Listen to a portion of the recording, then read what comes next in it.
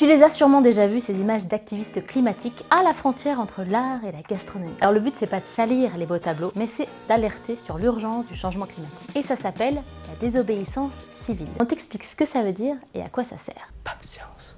La tendance, elle a commencé en mai 2022, quand un homme a balancé un morceau de gâteau sur la Joconde, exposé au Louvre, en criant « Depuis, les actions se multiplient. Celle dont tu as sans doute entendu parler, c'était le 14 octobre à la National Gallery de Londres, où des activistes du groupe britannique Just Stop Oil ont versé de la soupe de tomates sur les tournesols, le célèbre tableau de Van Gogh, avant de coller leurs mains à la glu sous le tableau pour ne pas être délogés. En Suisse, des militants de Renovate Switzerland aussi se sont englués à des cadres de tableaux, dont un de Giacometti, dans les musées de Lausanne et de Zurich.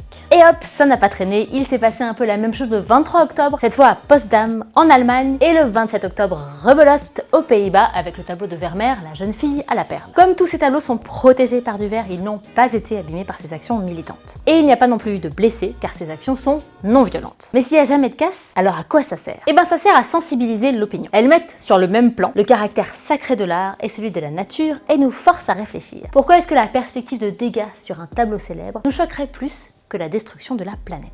D'ailleurs, toute la presse et tous les réseaux sociaux en parlent, y compris ID News. Comme ces actions sont non violentes, mais quand même illégales, leurs auteurs savent qu'ils risquent d'être arrêtés par la police et même jugés, ce qui pourrait d'ailleurs donner plus de poids à leur action. Alors ok, il y a beaucoup de gens qui vont crier au scandale. Mais au final, ça pourrait très bien motiver plein de jeunes, et moins jeunes d'ailleurs, à mener ce genre d'action, ce qui aurait un effet boule de neige et finirait peut-être par avoir une réelle influence sur les décisions politiques. L'histoire a d'ailleurs montré que parfois, la désobéissance civile, ça peut marcher.